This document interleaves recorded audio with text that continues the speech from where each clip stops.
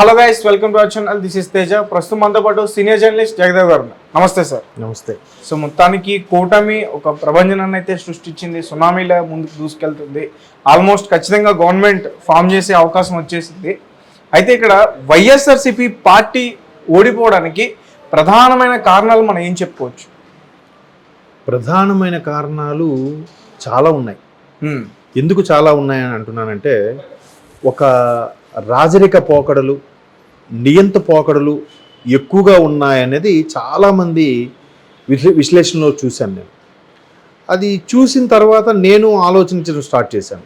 నిజమేనా ఏంటి అని అంటే, అప్పుడు ఒక్కొక్కటిగా వార్తల్లో వచ్చే కథనాలు కానీ, లేదా లైవ్లో చూసిన కొన్ని ఘటనలు కానీ, ఇవన్నీ చూసి ఏంటిది, ఎందుకంటే పార్టీ అంటే ఒక ప్రభుత్వం అంటే ప్రజలు, ఒక పార్టీ అంటే నాయకుడు ఒక్కడే కాదు కదా, కార్యకర్తలు కూడా. ఇప్పుడు మొన్నటికి మొన్న ఆయన ఒక నేషనల్ ఛానల్కి ఇచ్చిన ఇంటర్వ్యూలో కూడా, మీరు ఎలా పార్టీలకి ఎన్నికలకి అప్రోచ్ అవ్వబోతున్నారు, దీని మీద ఎలా గెలవబోతున్నారు అంటే, నా ఫేస్ నా పథకాలు, తన పథకాలే గెలిపిస్తాయన్నట్టు కూడా చెప్పుకొచ్చారు ఆయన. అంటే జగన్మోహన్ రెడ్డి గారు ఒక ఇంటర్వ్యూలో అంటే, ఇప్పుడు ఎవడైనా నాయకుడు అనేవాడు కీలకం కాదనట్లేదు, కానీ అక్కడ స్థానికంగా ఉండే అభ్యర్థి కూడా కీలకమే. పార్టీని చూసి ఓట్లేసే రోజులు ఉన్నాయి, అభ్యర్థిని చూసి గెలిపించిన రోజులు కూడా ఉన్నాయి, లేకపోలేదు. కానీ పార్టీని చూసి, అధినేతను చూసి గెలుస్తాయి, ఇక్కడ మిగతా టైంలో నా కుక్క పిల్లని పెట్టినా గెలుస్తుంది అనుకోవడం మూర్ఖత్వం. అది జరిగింది కొన్ని దగ్గరలో, నాకు అది అబ్జర్వ్ చేశాను. ఎందుకంటే 90 వరకు సుమారుగా ఆయన షఫిల్ చేశాడు, 80-90 స్థితిలో. ఇక్కడ వాళ్ళని అక్కడ వాళ్ళని ఇక్కడ, ఎంపీని ఎమ్మెల్యేగా, ఎమ్మెల్యేని ఎంపీగా, ఆ జిల్లా ఎంపీని ఈ జిల్లాకి, ఇట్లా మార్చి షఫిల్ చేశాడు. కేవలం అంతకుముందు ప్రశాంత్ కిషోర్ గారో లేదా సమ్ ఎక్స్పర్ట్స్నో ఇచ్చిన సర్వేలను బేస్ చేసుకొని ఇది గెలవరు అనుకునే ఉద్దేశంతో ఆయన ఆ విధంగా చేశారన్నట్టుగా మనం అనుకున్నాం. అయితే ఇలాంటి రీజన్స్ వందలు ఉన్నాయి. ఇప్పుడు ఎలా అంటే, పార్టీ అధినేత నాయకుడు అనగానే ఒకసారిగా సమన్వయంగా అందరినీ కలుపుకుంటూ పోవాలి. ఒక పార్టీ అధినేత అయినా కావచ్చు, లేదా ఒక కంపెనీ ఎండి అయినా కావచ్చు. ఆ ఎండి కూడా ఎవ్రీ మంత్ మీటింగ్లు ఎందుకు పెడతారు? ఒక్కొక్క డిఫరెంట్ వింగ్స్ నుంచి హెడ్స్నో, ఆ బోర్డ్ ఆఫ్ డైరెక్టర్స్నో పిలిచి కూర్చోబెట్టి, ఏంటి మనం ఎక్కడ డౌన్ అవుతున్నాం, ఎక్కడ బిజినెస్ డల్ అవుతుంది, ఎలా ముందుకు తీసుకెళ్దాం ఏంటి. అందుకు వాళ్ళు ఏం చేస్తారు, తెలివిగా బోర్డ్ ఆఫ్ డైరెక్టర్స్లో కూడా కొంత ఉడుకు రక్తాన్ని, అంటే యంగ్ బ్లడ్ని, కొంత సీనియర్స్ని క్లబ్ చేసి పెడతారు. వీళ్ళుండి ఆవేశంగా ఫాస్ట్గా ఉంటాయి వీళ్ళు థింకింగ్, యంగ్ జనరేషన్. వీళ్ళది అనుభవపూర్వకంగా ఉంటుంది ఏజ్డ్ వాళ్ళది. వీళ్ళు ఒకళ్ళ ఫాస్ట్ ఇంకెక్కువ అయిపోతున్నప్పుడు వీళ్ళు బ్రేక్ వేస్తారు. సో ఇద్దరు అభిప్రాయాలు తీసుకొని ఏది బాగుంది బేరీజ్ వేసుకొని, గతంలో మీరు డెసిషన్ తీసుకున్నప్పుడు ఇలా జరిగింది, మీరు చెప్పిన ఇలాగ అయింది, ఓకే ఇలా ఆలోచించి వెళ్దాం అనేది ఏ పార్టీకైనా ఏ సంస్థకైనా అది అవసరం. బట్ ఇక్కడ the one and only Jaganmohan Reddy గారు, ఆయన డెసిషనే ఫైనల్. ఆయన ఎవరు చెప్పిన మాట వినరు, ఆయన తోచిందే చేసుకెళ్ళిపోతారు అన్నట్టు కూడా చాలామంది ఆయనతో పాటు సన్నిహితంగా ఉండి పార్టీని వీడి బయటకు వచ్చిన వాళ్ళు చాలామంది ఉన్నారు. అది ఎన్నికల ముందు మరి కాస్త ఎక్కువైంది అనుకోండి. అఫ్కోర్స్ ఎన్నికల ముందు సహజం, గోడ మీద పిల్లలాగా ఇటువాళ్ళు అటు జంప్ చేయడం సహజం. కానీ వైసీపీ నుంచి ఎక్కువగా టీడీపీలోకి వచ్చిన వాళ్ళే చూసాము తప్ప, టీడీపీ నుంచి వైసీపీ వెళ్ళే వాళ్ళు చాలా అరుదుగా చూసాం, ఒకరు ఇద్దరిని తప్ప. మన కేసీఆర్ నాన్నగారు లాంటి వాళ్ళని తప్పితే ఎక్కువగా వైసీపీ నుంచి కూటమిలోకి వచ్చిన వాళ్ళే ఎక్కువగా ఉన్నారు. వరుసగా చాలా మంది రిజైన్ చేశారు కదా, ఎమ్మెల్యేలు, ఎమ్మెల్సీలు, ఎంపీ అభ్యర్థులు చాలామంది. అయితే ఇది అంటే నాది నిర్ణయమే కరెక్టు, నేను తీసుకున్నదే ఫైనల్ అనుకున్నది ఒక తప్పిదం. అది హెడ్లైన్గా పెట్టుకుంటే లోపల వరకు చాలా తప్పిదాలు ఉన్నాయి, అవి అందరికీ తెలిసినవే. 1 yearలోనే టీచర్స్ యూనియన్లు అమరావతి ముట్టడి చేశారు. అంతకుముందు అమరావతి క్యాపిటల్ ఏదైతే అనుకున్నారో, ఎక్కడైతే ప్రజావేదిక ఉందో ఆ ప్రజావేదికను కూల్చి అమరావతి రైతులను అవమానపరిచే దిశగా ఇక్కడ క్యాపిటల్ లేదు, 3 రాజధానులు అనే కాన్సెప్ట్ తీసుకొచ్చారు.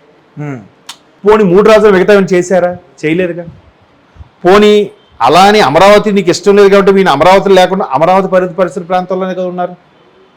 మంగళగిరి, తాడేపల్లి ఆ పరిసర ప్రాంతాల్లోనే కదా ఉన్నాడు ఈయన కూడా. అక్కడ వైజాగ్ క్యాపిటల్ అనుకునే వ్యక్తి వైజాగ్ వచ్చి ఉండొచ్చు కదా, వైజాగ్ ఎందుకు ఉండలేదు అంటే అక్కడే చాలా మందికి అర్థమైంది ఏంటంటే, ఇది మసిపూసి మారేడికాయ చేయాలి, ఏదో రాజధానిని డైవర్ట్ చేసే ఉద్దేశమే తప్ప ఈయనకి రాజధాని నిర్మించే ఆలోచన అయితే లేదు అని క్లియర్ కట్. ఎందుకంటే జ్యుడిషియరీ కర్నూలులోను, అడ్మినిస్ట్రేటివ్ విజయవాడలోను, అలాగే లెజిస్లేటివ్ క్యాపిటల్ వైజాగ్లోనూ అన్నట్టుగా అన్నాడు ఆయన. మరి ఎక్కడైనా ఏమైనా చేశారా? మరి అదే విజయవాడ, అదే అమరావతి పరిసర ప్రాంతాల్లోనే ఆయన ఉన్నాడు. అక్కడ నుంచి అన్ని ఎక్కడికి ఒక ప్రెస్ మీట్ పెట్టింది లేదు.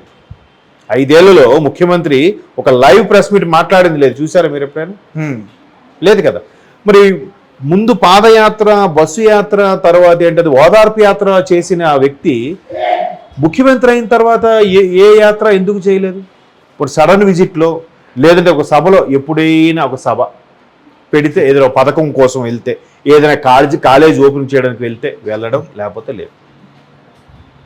ఇట్లాంటి తప్పిదాలు మొన్న ఇండియా టుడే వాళ్ళు కూడా క్లియర్గా వాళ్ళు ఏం చేశారంటే, కూటమికి ఇన్ని వస్తున్నాయి, వైసీపీకి ఇన్ని రాబోతున్నాయి, ఇన్ని రావడానికి కారణాలని చెప్పి వాళ్ళకు ఒక 5 రాశారు.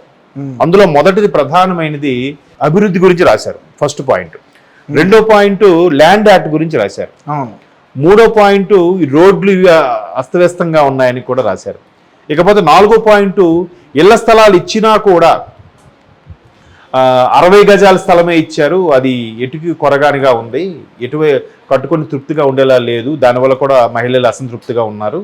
పథకాలు ఇవన్నీ కూడా 1వ తేదీ 2వ తేదీ లేకపోతే తర్వాత మిస్ అయితే వాళ్ళకి పథకాలకు రీచ్ అవ్వలేదు, ఇట్లా అవి. తర్వాత 5వది ఈ మందుబాబుల సంగతి కూడా మెన్షన్ చేశారు. అందులో లిక్కర్ ఏదైతే ఉందో లోకల్ బ్రాండ్తో వాళ్ళ ఆరోగ్యాలు, వాళ్ళ లివర్లు పాడైపోయేలాగా ఉన్నాయి. అది కూడా, ఎందుకంటే మనం చాలా మంది మందుబాబులు అని అంటారు, కానీ దాని ఇప్పుడు అఫీషియల్ వర్డ్ ఏంటంటే రెవెన్యూ జనరేటర్స్ వాళ్ళు. అంతే కదా, రాష్ట్రానికి ఎంత రెవెన్యూ ఇచ్చేది ఎవరు? మందుబాబులే. ఆ మందుబాబుల్ని రెవెన్యూ జనరేటర్లుగా క్రియేట్ చేసి ట్రోల్స్ అవుతున్నాయి, వేరే విషయం. ఆ ఘనత ఆయన మాత్రమే సంపాదించుకున్నాడు. అవి కూడా అక్కడ కూడా ఎలాగా, ఒక క్యూఆర్ కోడ్ కానీ, యూపీఐ కానీ, ఎటువంటి స్వైపింగ్ కానీ ఏమీ లేదు, ఓన్లీ క్యాష్ అండ్ క్యారీ. ఈ క్యాష్ అంతా ఎక్కడికి వెళ్ళినట్టు? దానికి ఒక జిఎస్టీ, ఏజిఎస్టీ ఏమీ లేవు, సిఎస్టీ, ఎస్సీఎస్టీ ఏమీ లేవు. ఎవరికి లెక్క చెప్పక్కర్లేదు, ఎవరికి చూపించక్కర్లేదు, అయిపోయింది. చూసారా, పూర్వం గల్లాపెట్టి కిరాణా కొట్టు అనేవారు, ఎంత వస్తే అంతే కదా, దానికి లెక్క జమ లేదు.